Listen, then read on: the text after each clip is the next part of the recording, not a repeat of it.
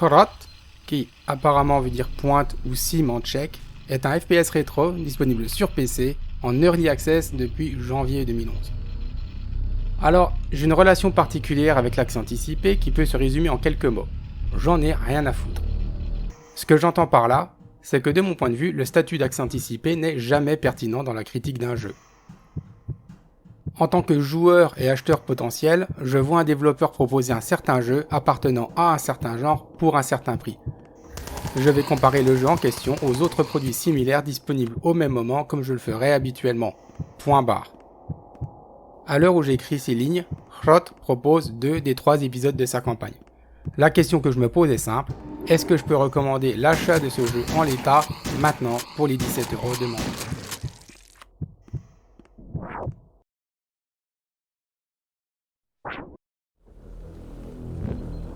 L'histoire de Hrot est très vague.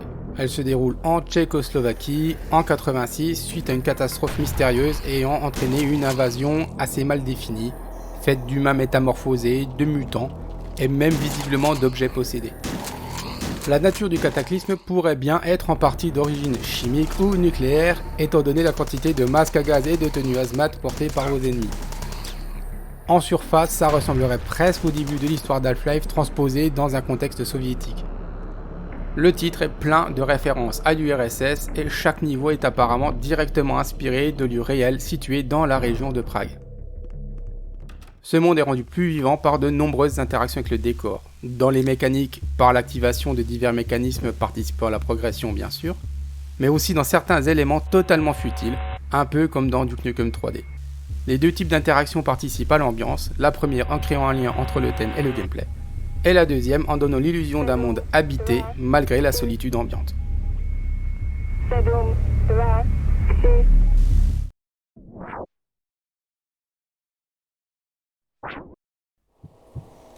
Cette ambiance est renforcée par un style visuel très anguleux, pixelisé et granuleux qui fait clairement penser à un jeu de la PSX. Encore plus qu'à Quake dont le jeu semble s'inspirer. Et c'est totalement adapté à la représentation du style soviétique brutaliste du jeu, capable de rendre un simple bâtiment intimidant. Comme quoi, la fidélité et le photoréalisme ne sont pas toujours la seule, voire la meilleure façon de représenter les choses. Au moins en termes d'impact émotionnel. Alors, j'ai jamais vécu en URSS, mais Hrot évoque de manière incroyablement juste l'idée que l'on pourrait se faire d'une dystopie soviétique. Tout est lugubre et délabré, et il se dégage une impression d'abandon et de solitude omniprésente. Les signes de vie et d'activité passée sont partout, dans une ville, dans une ferme, dans une usine ou dans un château. Plein de détails visuels donnent de la personnalité au lieu. C'est pas un jeu d'horreur non plus, mais le thème de l'horreur est présent et fonctionne bien pour ce qui reste du FPS rétro.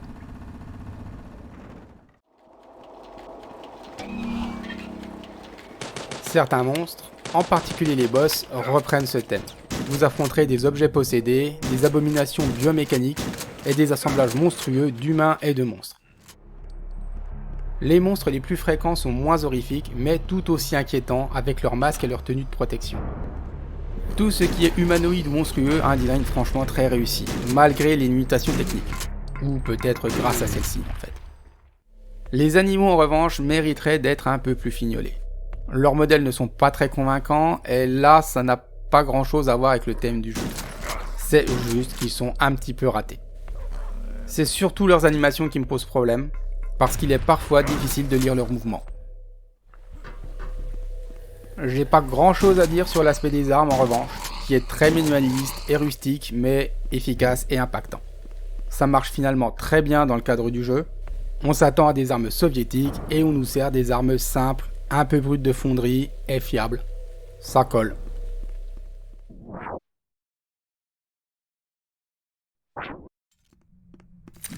L'ambiance oppressante voulue par les développeurs se confirme à nouveau à travers le son. La musique est très minimaliste, surtout faite de samples rappelant l'état délabré du monde, et accompagnée de sons ambiants tels que fuite de gaz, étincelles électriques, compteur Geiger qui s'affole, le tout avec un rendu très lugubre.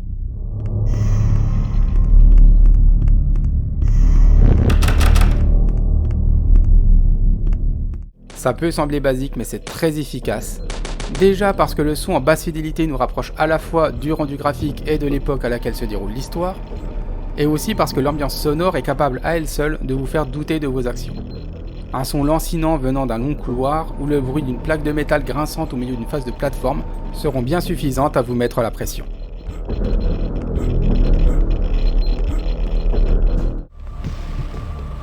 Les sons émanant des ennemis utilisent eux les bonnes vieilles recettes de Doom. Un son pour informer le joueur de la présence de l'ennemi, un autre pour chacune de leurs attaques et un pour les dégâts qu'ils reçoivent. On a inventé ça avec Wolfenstein 3D et on n'a pas fait mieux depuis. Ici, chaque son est réellement très distinctif et l'identification des ennemis et de leurs actions est immédiate. Ça, c'est un détail que tous les FPS rétro ne comprennent pas pleinement. Mais Hrot ne tombe pas dans le piège.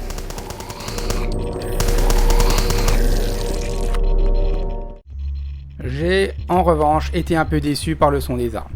Je trouve que ça me manque un peu de patate. Je comprends bien la volonté d'avoir un design sonore cohérent dans un jeu à l'ambiance assez discrète. Mais bon, ça reste des armes à feu, et je pense qu'on aurait pu facilement les rendre un poil plus explosives, sans ruiner l'atmosphère du jeu pour autant.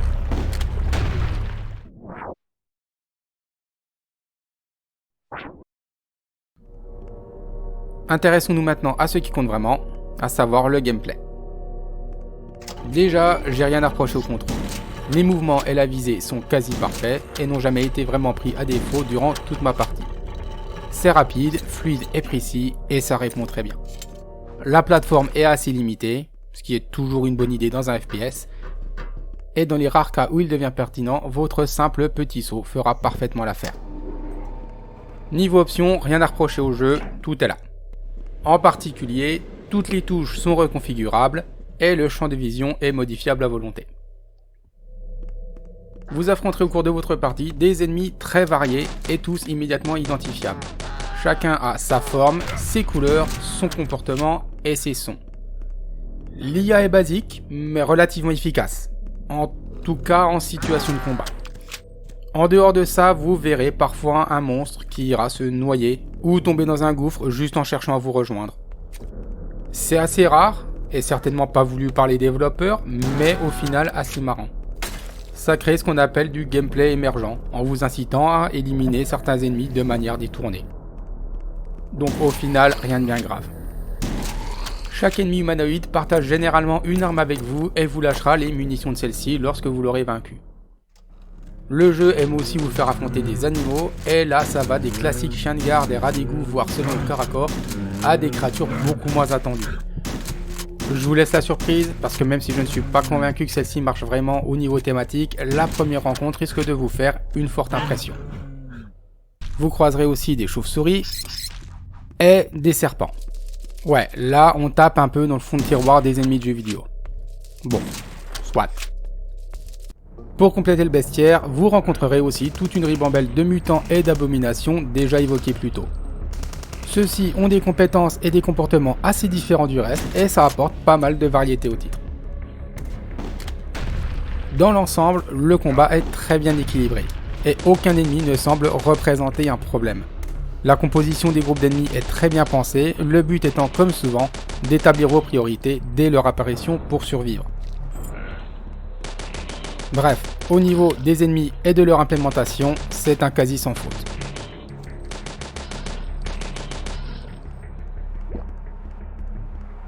La sélection d'armes est elle, on ne peut plus classique. On a la Faucille, une arme de mêlée plus conventionnelle qu'on pourrait le croire. Elle fait des dégâts assez faibles mais frappe très vite. Suicidaire dans la plupart des situations, elle est parfaite pour se débarrasser des rats et des chauves-souris. Le pistolet est très faible, pouvant être légèrement amélioré avec une version akimbo. Comme d'hab, c'est votre arme économe ou de repli pour les zones à faible danger ou en cas d'urgence. Le fusil à pompe est lui assez extrême.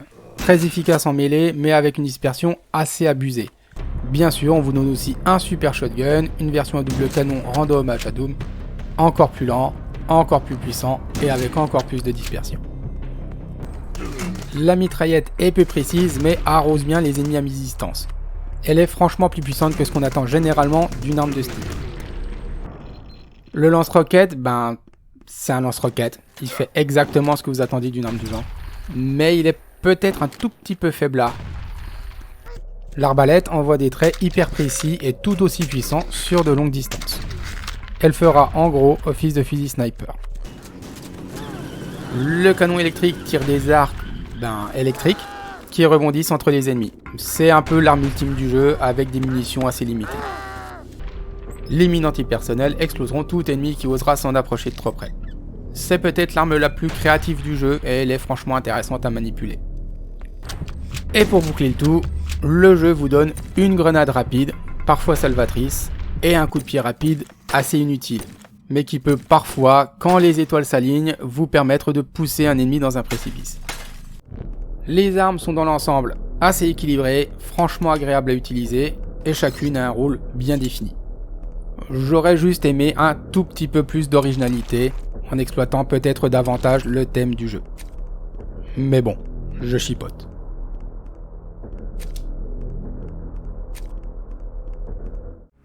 L'exploration se fait à base de clés, comme souvent dans le genre, là on est sur les poncifs du genre, mais aussi par divers mécanismes, valves, boîtiers électriques ou codes. Et là on est sur des éléments un petit peu plus thématiques et immersifs. On se perd très rarement, d'autant que l'architecture des niveaux est assez simple et la mini-carte est très bien faite, ce qui fait franchement plaisir quand on a un sens de l'orientation pourri comme moi. Les secrets, clichés du genre s'il en est, sont bien présents ici et ils sont plutôt bons. Certains sont difficiles à dénicher, mais la plupart sont à la portée du joueur attentif. Ils sont généralement cachés derrière un mur fissuré, un mécanisme difficile d'accès ou une texture étrange. Il y a bien 2 niveaux dans lesquels je n'ai trouvé aucun secret après en avoir fait le tour plusieurs fois, mais je vais plutôt mettre ça sur mon manque de perspicacité et accorder aux développeurs le bénéfice du doute au vu de la qualité globale de leur travail en la matière. Par contre, certains secrets sont directement visibles sur la minimap par des renfoncements un peu absurdes. Je me demande si c'est volontaire ou si c'est un défaut de la version actuelle du jeu qui, ne l'oublions pas, reste un accès anticipé.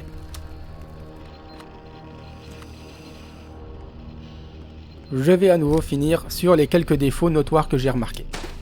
Commençons par la distribution des ressources, parfois un peu foireuse. Vous passerez par des périodes de disette totale et des périodes de surabondance. Hrot vous demandera parfois de lutter avec 10 balles et 20 PV dans des situations quasi inextricables, vous forçant à abuser des sauvegardes rapides pour progresser. On pourrait penser que c'est volontaire, mais j'en doute, car le jeu est tout aussi susceptible de vous distribuer d'un coup beaucoup plus de munitions et de santé que vous ne pouvez emporter. Ça ne facilite même pas la phase en cours, ça vous fait juste abandonner des ressources qui auraient été placées là pour rien. Encore une fois, c'est rare, mais c'est chiant. Surtout que ça concerne certains power-ups temporaires qui ne peuvent être raisonnablement découverts qu'après avoir nettoyé la pièce qu'ils devaient vous aider à nettoyer. Je regrette aussi quelques pièges à la Quake par le placement d'ennemis vicelards.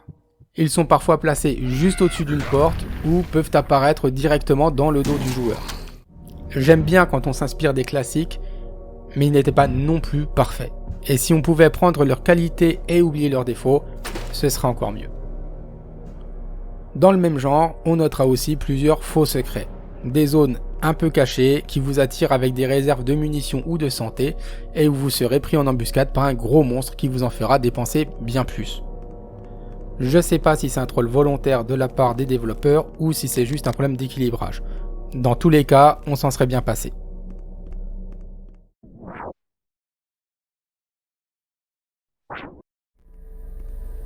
Avec quelques défauts un peu frustrants mais surtout très rares, et des qualités bien présentes du début à la fin, Hrot s'impose comme une grosse réussite dans une niche pourtant déjà bien remplie. Les niveaux s'enchaînent par la découverte bien rythmée de nouveaux éléments visuels marquants et d'éléments de gameplay parfaitement calibrés. Vous ne verrez strictement rien dans Hrot que vous n'ayez pas déjà vu ailleurs au niveau mécanique. C'est avant tout une exécution très réussie et une ambiance unique dans le genre qui porte le jeu. Est-ce que c'est suffisant pour recommander un jeu auquel il manque encore son acte final? Très clairement, oui. Parce que ce qui est livré aujourd'hui est déjà amplement suffisant pour justifier le prix demandé, qui est, je le rappelle, de 17 €. Les développeurs travaillent activement à boucler la campagne, ce qui devrait probablement être finalisé courant 2023, et les quelques niveaux déjà jouables suggèrent un dernier acte peut-être encore meilleur que les 2 premiers. Sur ce, je vous laisse, je retourne tailler des rats à la faucille. Alors à la prochaine, et d'ici là, amusez-vous bien.